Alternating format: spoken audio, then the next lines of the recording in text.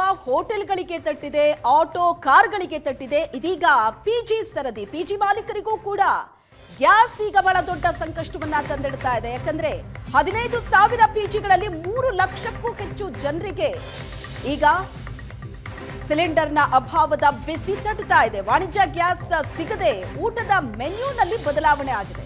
ಪಿಜಿಗಳಲ್ಲಿ ಚಪಾತಿ ರೊಟ್ಟಿ ಮಾಡದೇ ಇರೋದಕ್ಕೆ ನಿರ್ಧರಿಸಲಾಗಿದೆ. ಪಿಜಿ ಮಾಲೀಕರ ಸಂಘದ ಅಧ್ಯಕ್ಷ ಅರುಣ್ ಕುಮಾರ್ ಈ ಬಗ್ಗೆ ಮಾಹಿತಿ ಕೊಟ್ಟಿದ್ದಾರೆ. ಹೋಟೆಲ್ಗಳ ಬಳಿಕ ಇದೀಗ ಪಿಜಿಗಳಿಗೂ ಈ ಇರಾನ್ ಮತ್ತು ಇಸ್ರೇಲ್ ಯುದ್ಧದ ಎಫೆಕ್ಟ್ ತಡ್ತಾ ಇರುವಂಥದ್ದು. ಇದೀಗ ಏನು ಪಿಜಿಗಳಲ್ಲಿ ಕಮರ್ಷಿಯಲ್ ಗ್ಯಾಸ್ ಏನಿದೆ ಅದು ಕೊರತೆ ಉಂಟಾಗೋದ್ರಿಂದ ಪಿಜಿ ನಡೆಸೋರಿಗೂ ಕೂಡ ಸಂಕಷ್ಟ ಎದುರಾಗ್ತಾ ಇದೆ. ಇದ್ರ ಬಗ್ಗೆ ಮಾತಾಡಲಿಕ್ಕೆ ನಮ್ಮ ಜೊತೆ ಪಿಜಿ ಮಾಲೀಕರ ಸಂಘದ ಅಧ್ಯಕ್ಷರಾದಂಥ ಅರುಣ್ ಕುಮಾರ್ ಅವರಿದ್ದಾರೆ. ಅವ್ರನ್ನೇ ಮಾತಾಡಿಸ್ತಾ ಹೋಗ್ತೀನಿ. ಸರ್, ಏನಾದರೂ ಈಗ ಎಫೆಕ್ಟ್ ಆಗ್ತಾ ಇದೆಯಾ ಸರ್?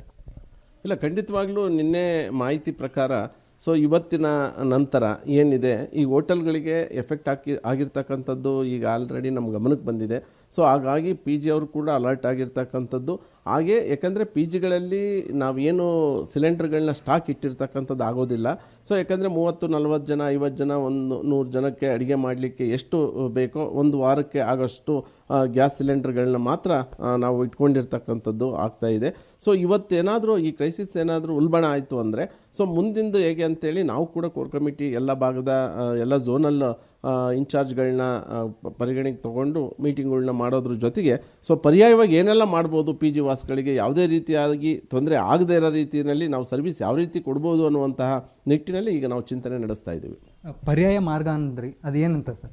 ಪರ್ಯಾಯ ಮಾರ್ಗ ಅಂದರೆ ಈಗ ನಾವು ಇಂಡಕ್ಷನ್ ಅದರಿಂದ ಮಾಡಲಿಕ್ಕೆ ಆಗೋದಿಲ್ಲ. 20 ಲೀಟ್ರ್ ಕುಕ್ಕರ್ಗಳು ಸಿಗ್ತವೆ. ಈ ಸಂದರ್ಭದಲ್ಲಿ ಮೆನುಗಳಲ್ಲಿ ಸ್ವಲ್ಪ ಬದಲಾವಣೆ ಮಾಡೋದ್ರ ಜೊತೆಗೆ ಒಂದು ಬೇರೆ ರೀತಿಯಲ್ಲಿ ನಾವು ಯಾವ ರೀತಿ ಅವರಿಗೆ ಅಡಿಗೆ ವ್ಯವಸ್ಥೆ ಮಾಡ್ಬೋದು ಅನ್ನುವಂಥದ್ದು. ಮೆನು ಅಲ್ಲಿ ಚೇಂಜ್ ಅಂದ್ರೆ ಯಾವ ರೀತಿಯ ಚೇಂಜಸ್ ಇರುತ್ತೆ?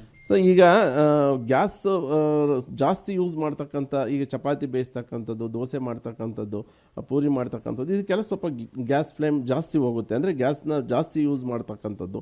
ಎಲ್ಲ ಒಂದು ಹತ್ರ ಈ ರೀತಿ ಉಲ್ಬಣ ಆಯಿತು ಅಂದರೆ ನಮ್ಮ ಹತ್ರ ಇರ್ತಕ್ಕಂಥ ಸ್ಟಾಕ್ನ ಒಂದು 3 ದಿನ 4 ದಿನಕ್ಕಿದ್ರೆ ಅಟ್ಲೀಸ್ಟ್ ಒಂದು 5-6 ದಿನದವರೆಗೂ ಯಾವ ರೀತಿ ನಾವು ಮುಂದುವರಿಸ್ಬೋದು ಅನ್ನುವಂಥದ್ದು ಮೆನುಗಳಲ್ಲಿ. ಯಾಕಂದರೆ ಊಟ ಯಾವುದೇ ಕಾರಣಕ್ಕೆ ನಿಲ್ಲಿಸೋದಿಲ್ಲ. ಒಂದು ರೈಸ್ ಐಟಮ್ಗಳನ್ನ ಜಾಸ್ತಿ ಮಾಡೋದ್ರ ಜೊತೆಗೆ ಎಲ್ಲರಿಗೂ ಕೂಡ ಸಮರ್ಪಕವಾಗಿ ಅದು ಮುಟ್ಟಬೇಕು. ಮತ್ತು ಇರ್ತಕ್ಕಂಥದ್ದನ್ನ ಮುಂದುವರಿಸ್ಕೊಂಡು ನಾವು ಬೇರೆ ಸರ್ಕಾರಕ್ಕೆ ಕೇಳ್ಕೊಳ್ಳೋದಿಷ್ಟೇ, ಈ ಉಲ್ಬಣ ಆಗಿರ್ತಕ್ಕಂಥ ಏನು ಸಿಲಿಂಡರ್ ವ್ಯವಸ್ಥೆ ಏನಿದೆ ತಕ್ಷಣ ಇನ್ನೊಂದು 3-4 ದಿನದೊಳಗೆ ಬಗೆಹರಿದ್ರೆ ನಮಗೆಲ್ಲದೂ ಯಥಾಸ್ಥಿತಿಯಾಗಿ ನಡೀಲಿಕ್ಕೆ ಅನುಕೂಲ ಆಗುತ್ತೆ ಅನ್ನುವಂತಹ ಮಾತು. ಕ್ಯಾಮರಾ ಪರ್ಸನ್ ಸತ್ಯ ಜೊತೆ ಪ್ರವೀಣ್ ಜಮಖಂಡಿ, ಏಷ್ಯಾನೆಟ್ ಸುವರ್ಣ ನ್ಯೂಸ್, ಬೆಂಗಳೂರು.